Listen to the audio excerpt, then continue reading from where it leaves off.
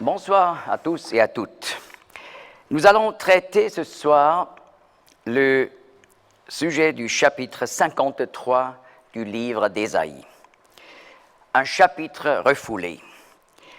Un chapitre qui parle de la souffrance du serviteur de Dieu.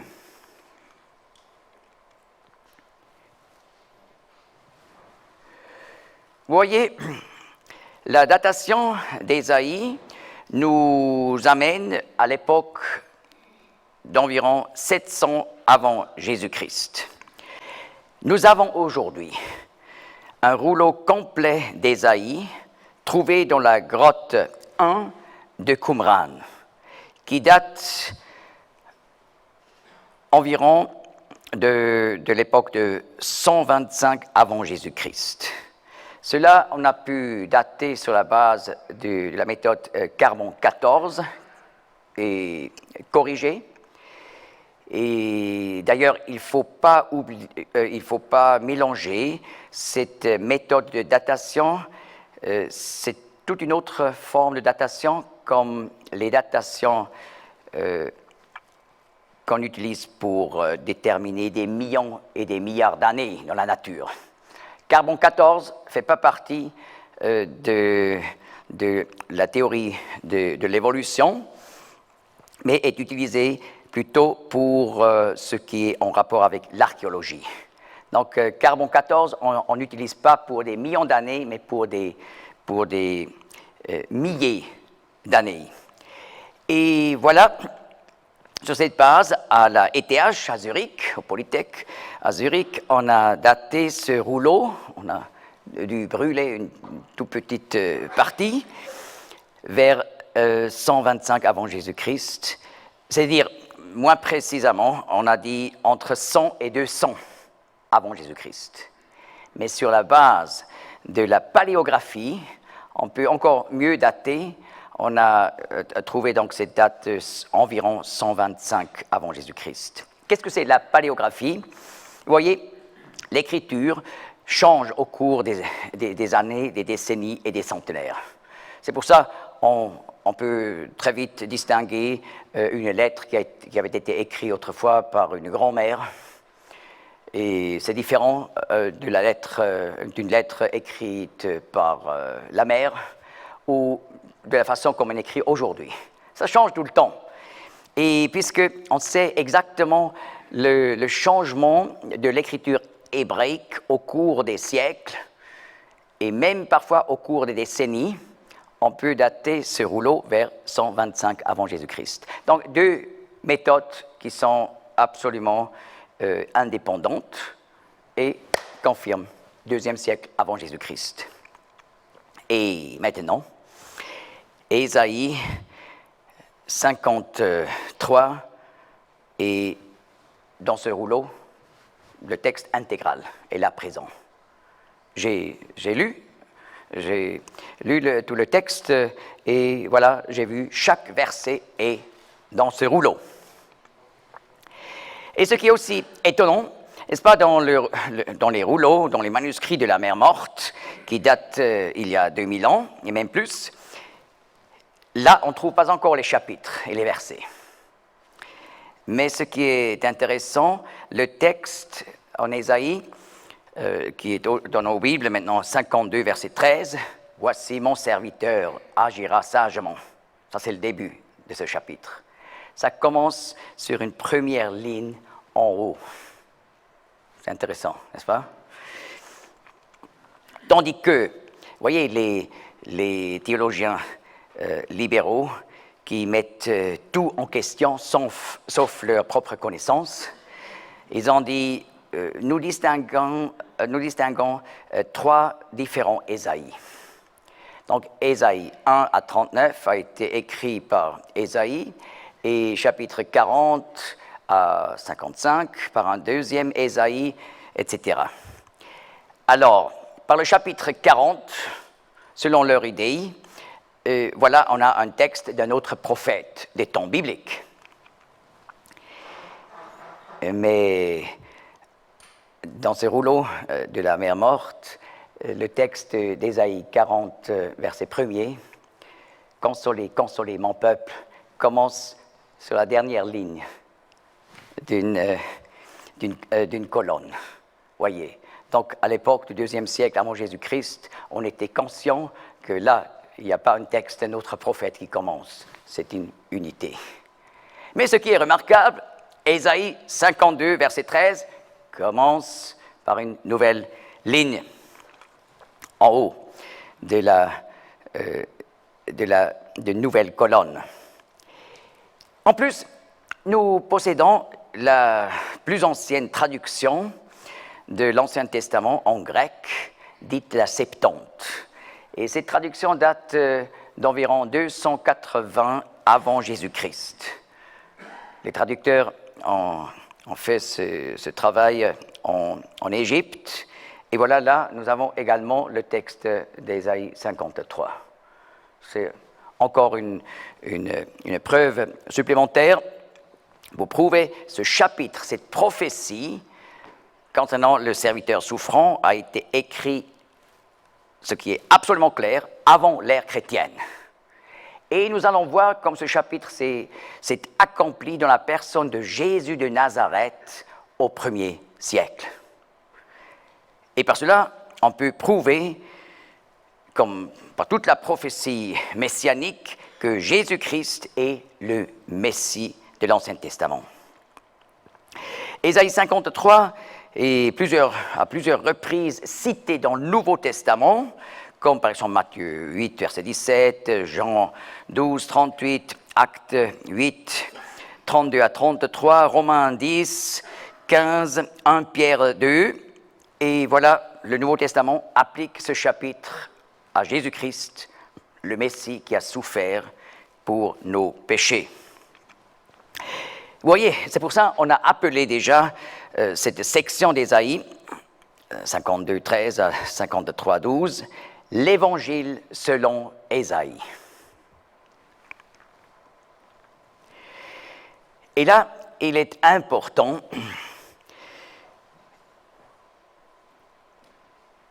on peut prouver que cette interprétation de ce chapitre en vue du Messie n'est pas une invention des premiers chrétiens, mais ça correspond à l'ancienne tradition dans le judaïsme rabbinique. Donc, la compréhension messianique dans la littérature rabbinique, on peut montrer un grand nombre de textes dans cette littérature appliquent Ésaïe 53 au Messie. Par exemple, dans le Talmud de Babylone, ça c'est le Talmud, il y a un Talmud de Jérusalem, mais le plus important c'est le Talmud de Babylone, écrit par des rabbins qui ont vécu à Babylone. Et là, dans le traité Sanhédrin 98b, Ésaïe 53 est appliqué au Messie. Aussi dans le traité Pesikta Rabbati, dans le chapitre Pisca 37, écrit environ vers 700 après Jésus-Christ, dans le livre Midrash Ruth Rabbah, sur Ruth 2.12, applique ce chapitre au Messie. Et voilà, dans le commentaire sur Ésaïe d'Abrabanel, et aussi dans un texte du rabbi Alcher du XVIe siècle, dans le Midrash Tanchuma du IXe siècle, dans le Targum Jonathan ben Uziel, on dit Targum Jonathan ben Uziel, ça sonne un peu différemment en hébreu, n'est-ce pas? Et beaucoup d'autres textes. Et je veux maintenant donner quelques exemples de cette interprétation. Par exemple, dans le Marsor, c'est un livre de prière, pour le jour des expiations, pour le Yom Kippour, on trouve là une prière qui est intitulée la prière Moussaf, qui remonte au rabbin Eliezer Kalir, au 7e siècle après Jésus-Christ. Et là, on lit dans cette prière, « Le Messie, notre justice, nous a été enlevé. L'effroi nous a saisis. et nous n'avons plus personne pour nous justifier. Il a porté le joug de nos iniquités et de notre transgression. Il a été blessé à cause de notre transgression. Il porte nos péchés sur ses épaules pour que nous obtenions le pardon de nos iniquités. Nous serons guéris par sa blessure. Vous voyez, c'est une application d'Ésaïe 53 au Messie. Mais ce qui est intéressant dans cette prière, il est dit que ce Messie a été enlevé d'Israël. C'est quand même surprenant, n'est-ce pas? Et voilà le Midrash Kohen met les paroles suivantes dans la bouche du prophète Élie, qui dit au Messie: « Endure les souffrances et le châtiment du Seigneur qui te frappe pour les péchés d'Israël. Comme il est écrit, il a été écrasé pour notre rébellion, brisé pour nos iniquités, jusqu'à ce que la fin arrive. » C'est aussi une interprétation d'Ésaïe 53 qui est très claire. Au XIe siècle, voilà, dans le livre appelé Bereshit Rabbah du rabbin Moshe Adarshan, on trouve ces mots. « Le Saint a donné au Messie l'occasion de sauver des âmes, mais d'être sévèrement châtié lui-même. Par amour, le Messie a sur le champ accepté le châtiment, ainsi qu'il est écrit. Il a été maltraité et opprimé. Quand Israël pêche, le Messie implore la miséricorde sur lui. Comme il est écrit, c'est par ses meurtrissures que nous sommes guéris. Et il a porté les péchés de beaucoup et a intercédé pour les coupables. » Alors, vous voyez, c'était clarté de la compréhension du texte, dans un sens messianique. Et voilà, ainsi on pourrait continuer avec de telles citations, mais là, il faut savoir, Rashi, c'était un grand rabbin au Moyen-Âge qui est particulièrement aimé pour ses commentaires des livres de l'Ancien Testament. Et vous voyez dans une Bible rabbinique, là on appelle ça Mikraot, Gedolot. Là on a d'abord le texte en hébreu avec des grandes lettres. À côté, on a la traduction araméenne, le Targum. Et ensuite, avec des lettres plus petites, le Targum déjà plus petit que le texte hébreu, mais encore plus petit que le Targum, la traduction araméenne, on a des commentaires du Moyen-Âge. Et là, on a toujours Rashi, les commentaires de Rashi et d'autres rabbins. Et Rashi, il a dit au Moyen-Âge, mais en fait, on devrait appliquer ce chapitre non pas au Messie, mais au peuple d'Israël, qui a souffert terriblement des nations, et c'est pour ça le serviteur qui est frappé dans ce chapitre, ce n'est pas le Messie, comme on dit les rabbins d'autrefois, en général, n'est-ce pas? On peut montrer que cette idée n'est pas forcément issue de Rashi, mais existait déjà dans le judaïsme, mais la masse des rabbins ont appliqué Ésaïe 53 au Messie. Mais Rashi, il a rendu populaire cette idée, non, ce n'est pas le Messie. C'est le peuple d'Israël qui souffre. Et c'est pour ça, aujourd'hui, si vous parlez avec des Juifs orthodoxes sur ce chapitre, ils vont dire, oui, mais ce n'est pas le Messie, c'est le peuple d'Israël. Alors, demandez, mais sur quelle base vous dites ça? Je pense qu'il va vous dire, oui, mais Rashi nous a expliqué comme ça. Oui, Rashi. Mais vous connaissez aussi le témoignage des rabbins d'autrefois et aussi du Talmud. Là, ce chapitre est appliqué au Messie. Donc, c'est une déviation du Moyen-Âge de cette cette pensée générale dans le judaïsme. Ce n'est pas vraiment authentique, voyez. Si vous voulez être vraiment juif orthodoxe authentique, alors vous devez dire, ce serviteur, c'est le Messie. Et voyez, l'un des rabbins qui a réagi à la nouvelle interprétation rendue populaire par Rashi fut le rabbin Moshe Cohen, Ibn Crispin, de Cordoue et Tolède en Espagne. Vers 1350, il a écrit, je cite, non, je n'ai pas le texte, donc je vous cite le texte et il faut écouter.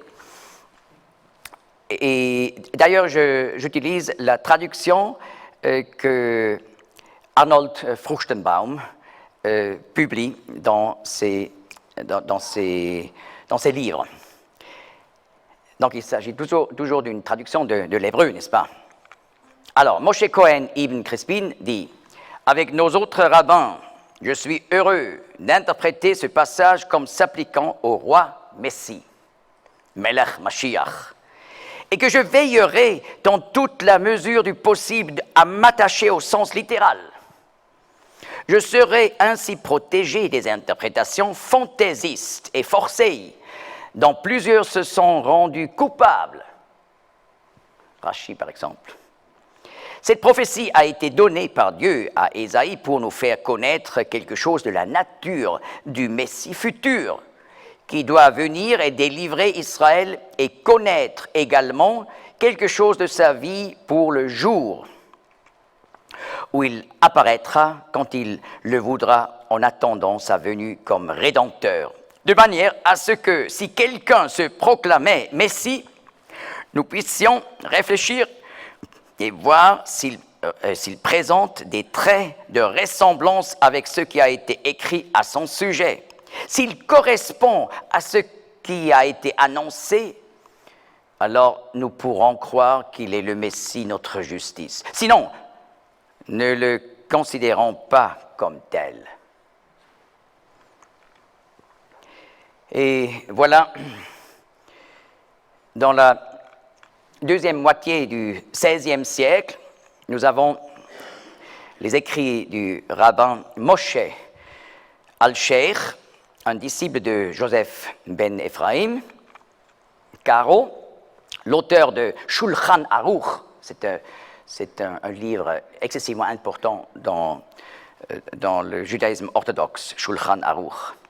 Alors, lui aussi réclamait que les commentateurs juifs devraient suivre l'interprétation traditionnelle.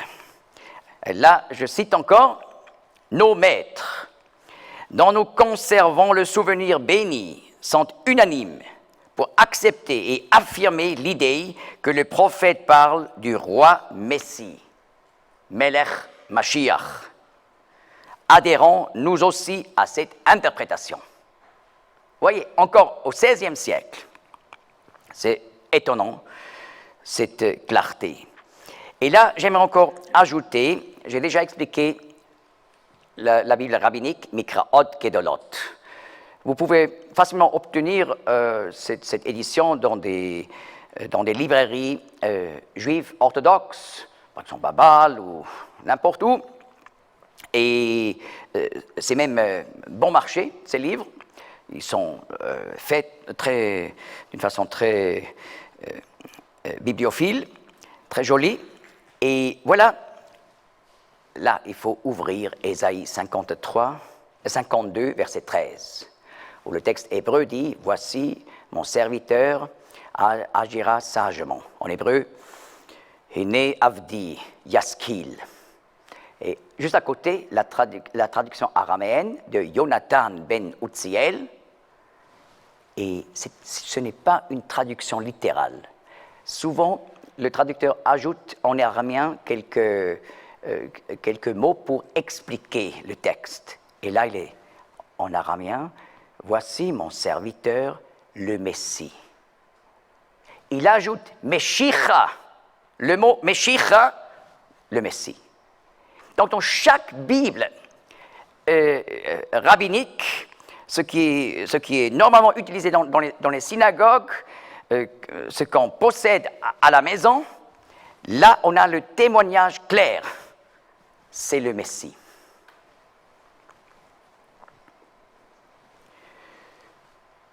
Eh bien, l'interprétation juive aujourd'hui est différente. On dit donc, comme je viens déjà d'expliquer, le serviteur de l'Éternel ne serait pas le Messie, mais le peuple d'Israël, ou une partie de celui-ci. Les souffrances telles que celles décrites ici auraient atteint le peuple d'Israël. Que cette compréhension d'Ésaïe 53 est intenable. Nous allons voir pour diverses raisons de fond. 1. Quand le peuple d'Israël, ou une partie de celui-ci, a-t-il souffert pour les péchés des autres? Car Ésaïe 53, versets 4, 5, 6, 8, 10, 11, 12 le répète. D'après Ézéchiel 14, 12 à 20, lisez cette section dans votre Bible. Eh bien, d'après ce passage, même des hommes justes comme Noé, Daniel et Job n'auraient jamais pu le faire. Donc, impossible que le peuple d'Israël, en général, meure et souffre pour les autres nations. 2. Peut-il être dit d'un juif quelconque, en dehors du Messie, qu'il n'a fait aucune violence et qu'il n'y avait pas de fraude dans sa bouche? Comme il est dit en Ésaïe 53, verset 9. Alors, si on est sincère et vraiment vrai devant Dieu, on doit s'abstenir de cette interprétation. Impossible. Parce que ce serviteur est présenté comme quelqu'un qui est parfait dans sa marche. 3. Quand le peuple d'Israël, ou une partie de celui-ci, s'est-il trouvé dans la tombe d'un riche, au lieu d'un sépulcre avec les méchants? Il est dit ainsi en Ésaïe 53, verset 9. Donc, impossible de pouvoir attribuer ce verset au peuple d'Israël. Et finalement, selon le verset 8, en Ésaïe 53, le serviteur de l'Éternel devait mourir en substitut pour le peuple d'Israël. Vous voyez, le texte, en parlant toujours de ce serviteur qui agira sagement selon Ésaïe 52, verset 13, nous lisons dans ce verset 8, il est ôté de l'angoisse et du jugement, et sa génération, qui la racontera? Car il a été retranché de la terre des vivants à cause de la transgression de mon peuple. Lui a été frappé. Donc ici, Dieu parle sur le serviteur et dit que le serviteur a été frappé pour le peuple de Dieu. Donc, vous voyez la distinction entre le serviteur et le peuple d'Israël. Donc, ainsi, le serviteur ne peut pas être le peuple d'Israël.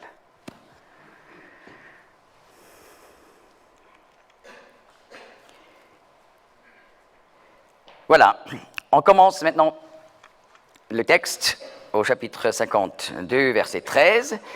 On le lit et je donne donc une explication verset par verset de ce texte. Et je pense que c'est important parce que, en général, parmi les chrétiens, Ésaïe 53 est bien connu. Mais beaucoup de détails dans le texte ne sont pas connus. Parce qu'on parle trop peu sur ce chapitre. Mais au moins, on connaît en général ce chapitre. Dans le judaïsme, c'est différent. Parce que, vous voyez, ce chapitre ne figure pas dans la Haftara, La Haftara, c'est la liste des chapitres qui sont lus dans les synagogues. Et cela dans le monde entier, parmi les juifs orthodoxes. Et voilà, on lit chacun tous les 5 livres de Moïse, donc Genèse jusqu'à la fin du Deutéronome. Et on sait exactement quel sabbat de l'année est dédié à quelle section. Là, chaque sabbat, on ajoute une lecture des prophètes, mais on ne lit pas pendant une année tous les prophètes. Donc c'est un choix de chapitres. Et dans ce choix, Ésaïe 53 est absent. Donc on ne lit jamais ce chapitre dans les synagogues. C'est pour ça, normalement, un juif moyen ne connaît pas ce chapitre. N'a jamais entendu, par exemple, comme enfant, lorsqu'il a suivi avec ses parents régulièrement les cultes, le sabbat, il n'a jamais entendu ce chapitre. Il a tout le temps entendu tous les chapitres de la Torah, des 5 livres de Moïse, bien des chapitres des prophètes, mais jamais Ésaïe 53. N'est-ce pas? Avec ça, on ne peut pas dire, oui, il y a une certaine intention derrière le fait que ce chapitre ne figure pas dans cette liste, mais ce qui est quand même étonnant, c'est le fait suivant. Un certain sabbat, pendant l'année où on lit dans le Deutéronome. Alors là, dans la Haftara, on sait, il faut lire ces quelques versets dans Ésaïe 52. Bon, on est presque au chapitre 53. 52, mais non pas jusqu'au verset 13, n'est-ce pas? Mais des versets de 52.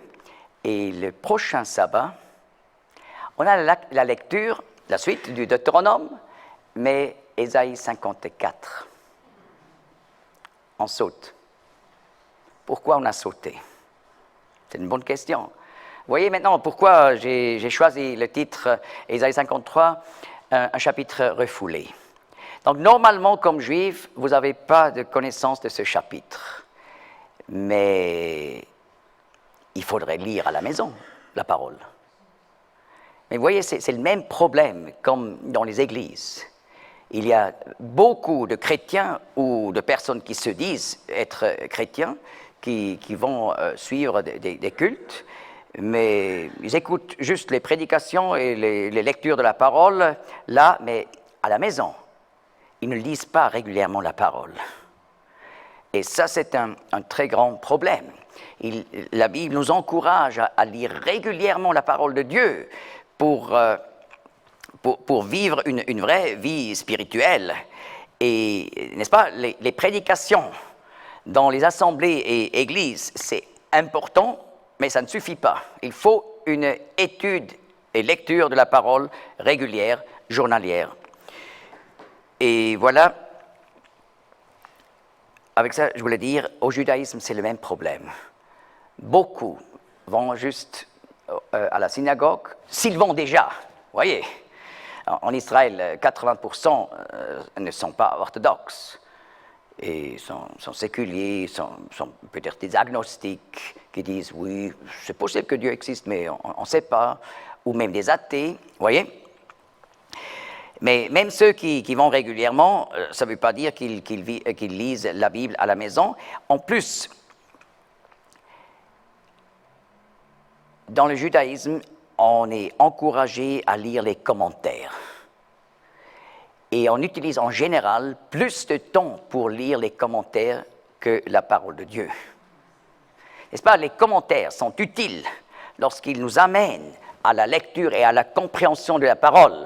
Mais lorsqu'elle remplace la parole, là, il y a un problème. Et donc, pour beaucoup de juifs orthodoxes, vous pouvez finalement détecter que beaucoup ont une très mauvaise connaissance de la parole. N'est-ce pas? En général, beaucoup de gens pensent, oui, les orthodoxes, ils ont une connaissance profonde. Oui, peut-être de beaucoup de choses dans les commentaires et dans le Talmud, mais souvent pas de la parole de Dieu. Et ainsi, c'est possible de vivre toute une vie juive sans avoir rencontré le chapitre 53. C'est pour ça, si vous avez l'occasion de parler avec des Juifs, peut-être une occasion de seulement quelques minutes, et vous n'allez plus jamais revoir cette personne, vous pouvez donner un conseil. Lisez Ésaïe 53, Yeshayahu Chamishim Veshalosh, ou Yeshayahu Nun Gimel. Avec les lettres, on indique aussi le chiffre 53. Et je vous dis, ça peut être comme une bombe lorsqu'une personne lit ce texte. Une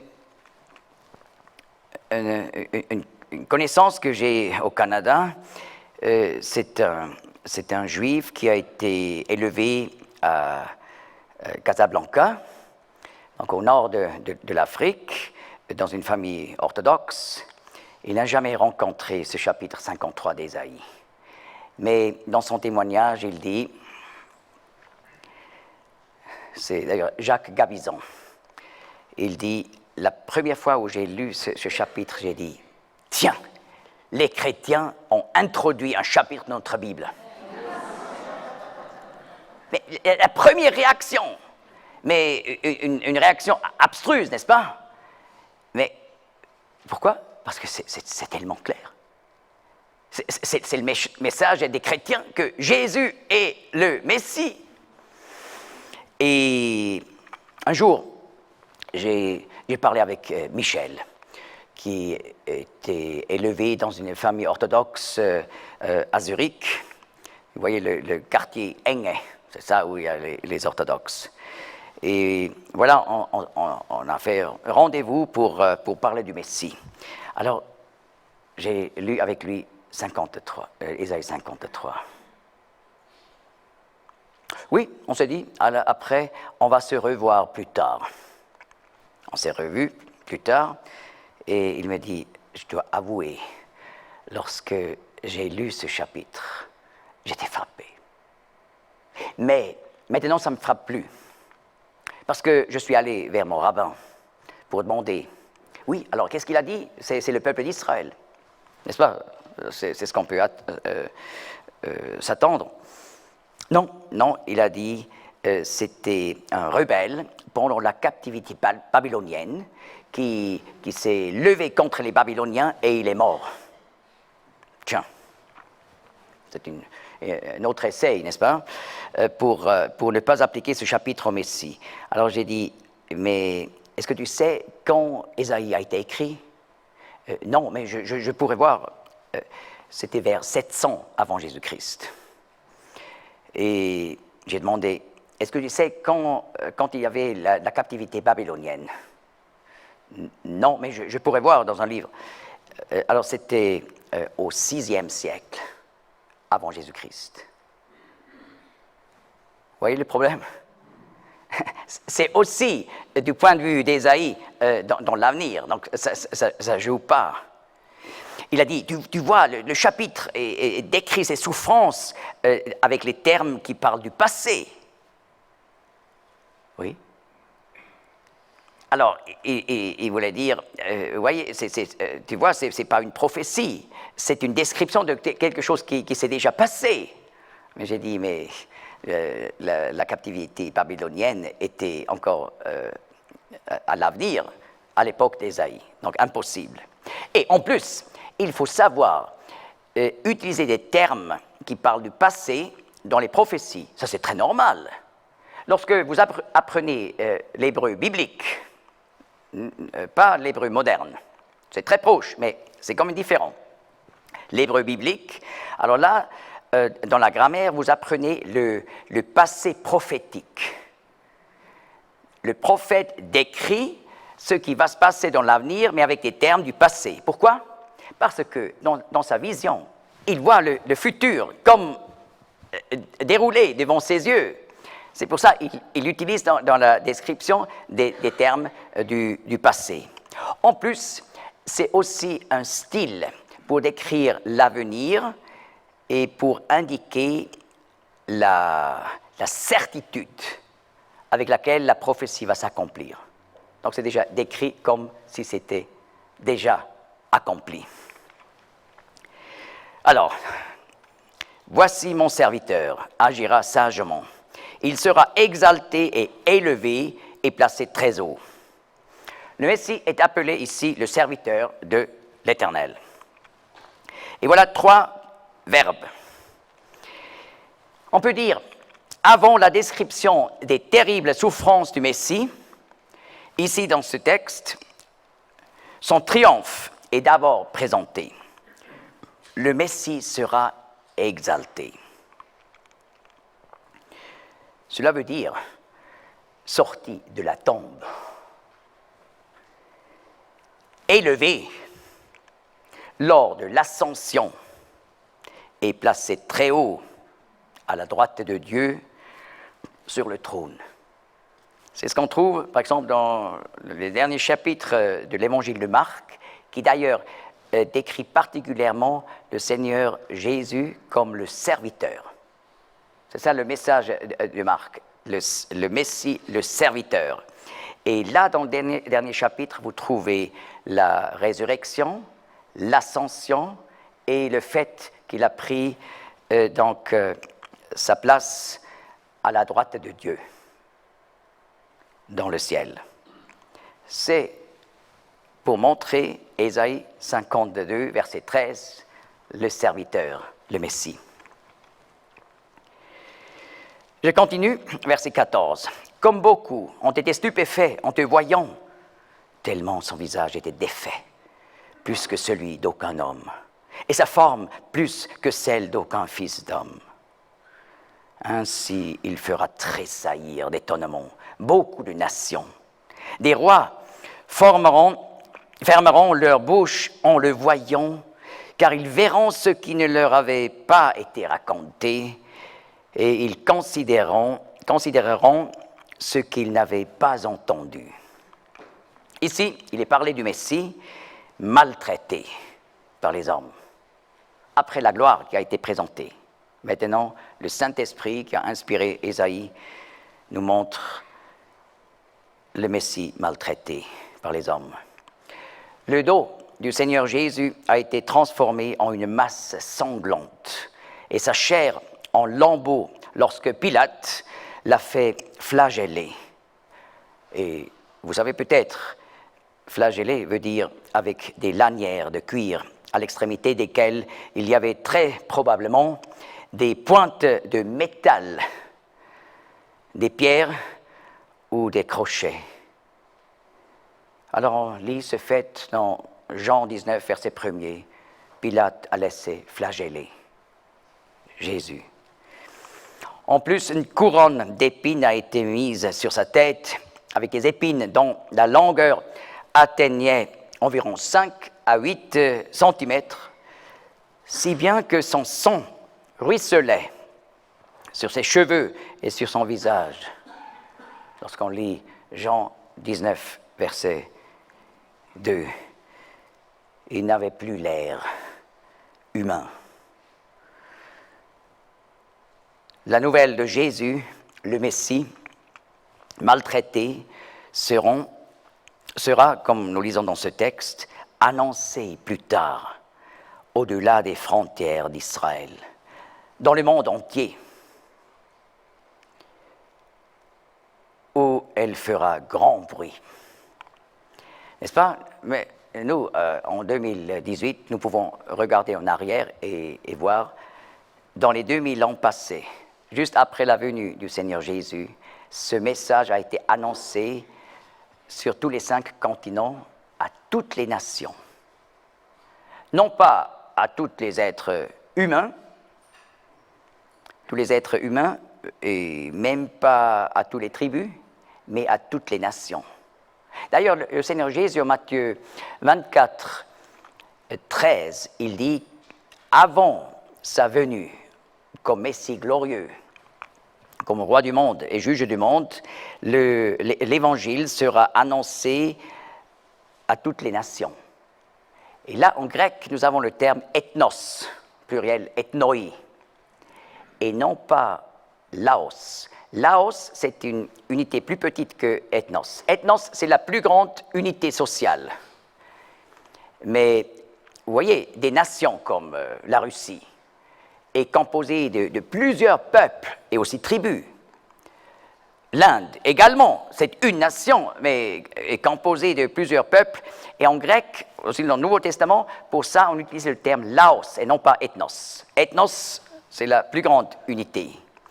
Et le Seigneur dit que l'Évangile va atteindre toutes les nations, ethnoi. Et il ne dit pas toutes les tribus, toutes les langues, mais toutes les nations. Et c'est un fait aujourd'hui. L'Évangile a été annoncé à toutes les nations du monde. Donc ce passage a atteint le monde entier et cela s'est accompli. Ainsi, il fera tressaillir d'étonnement beaucoup de nations. Des rois fermeront leur bouche en le voyant. Là, je pense toujours au Messie de Handel. Vous voyez, en Angleterre, lorsqu'on reproduit le Messie avec orchestre et chœur, alors là, c'est normal lorsque le grand Alléluia commence. Tout le monde se lève. Malheureusement, chez nous, souvent les gens restent assis, mais en Angleterre, c'est normal. Tout le monde se lève. Pourquoi? Parce que lors de la première exécution du Messie de Handel en Angleterre, le roi, à l'époque, spontanément s'est levé. Et tout le monde s'est levé. Lorsque le roi se lève, tout le monde se lève. Vous voyez, cette œuvre de Handel parle des souffrances du Messie. Il parle aussi du texte d'Ésaïe 53, n'est-ce pas? Et là, lors du Alléluia, tout le monde se lève. Ainsi, il fera tressaillir d'étonnement beaucoup de nations. Des rois fermeront leur bouche en le voyant, car ils verront ce qui ne leur avait pas été raconté et ils considéreront ce qu'ils n'avaient pas entendu. On n'a pas de message un peu pareil parmi les peuples païens, n'est-ce pas? C'est lorsque ce message a atteint autrefois l'Europe ou atteint l'Afrique, atteint l'Asie, même l'Asie extrême, eh bien, c'était un message étonnant parce que les peuples n'ont jamais entendu un tel message.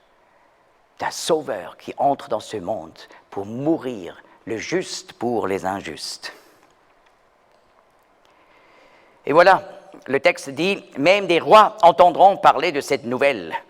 Et nous avons déjà dans le Nouveau Testament l'exemple d'Agrippa, en Acte 26, qui entend le message par Paul, et également l'empereur de Rome.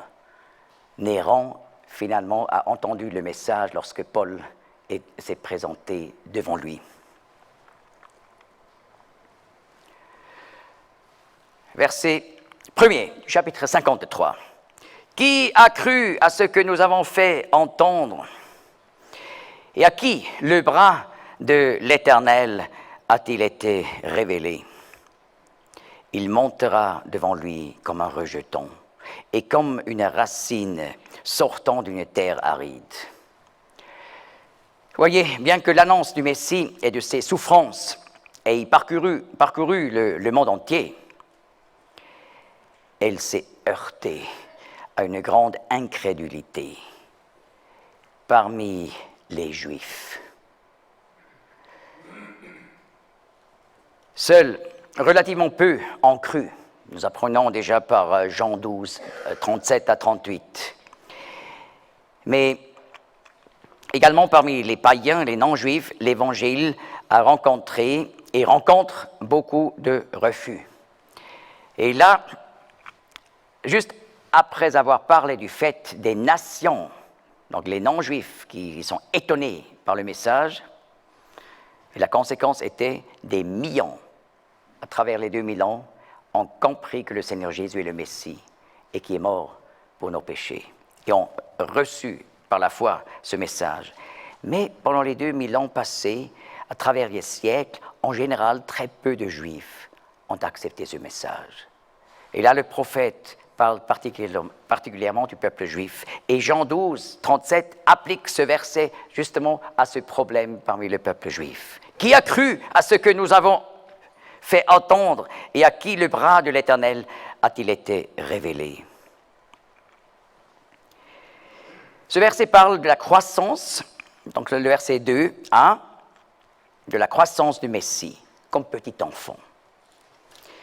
Et là, il est intéressant, le mot hébreu « yonek », ici traduit par « un rejeton », signifie en même temps aussi, en hébreu, « nourrissant ».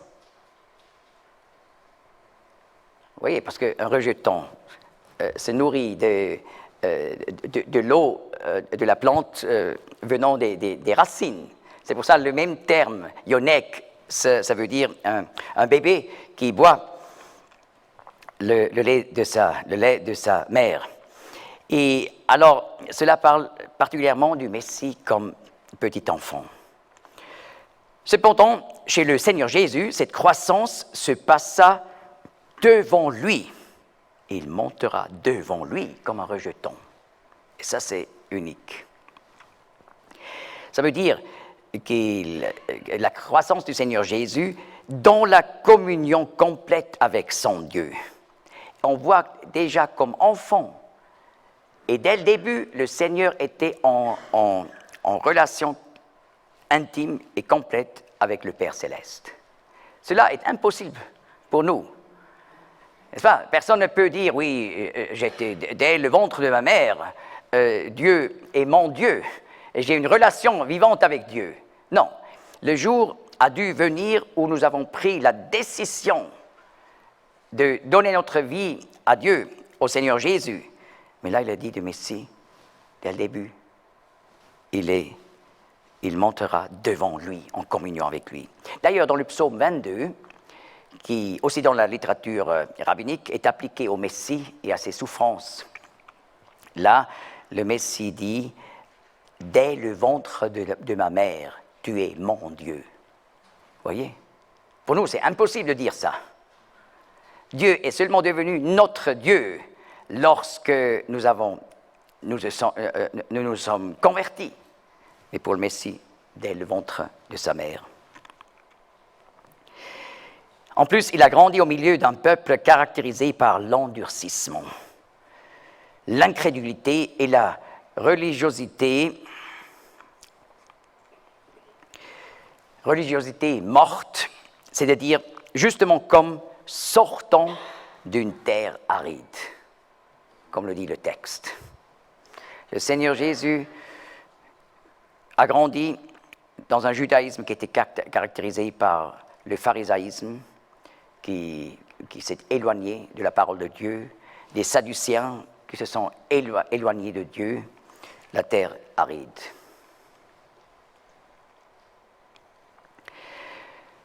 Verset 2b.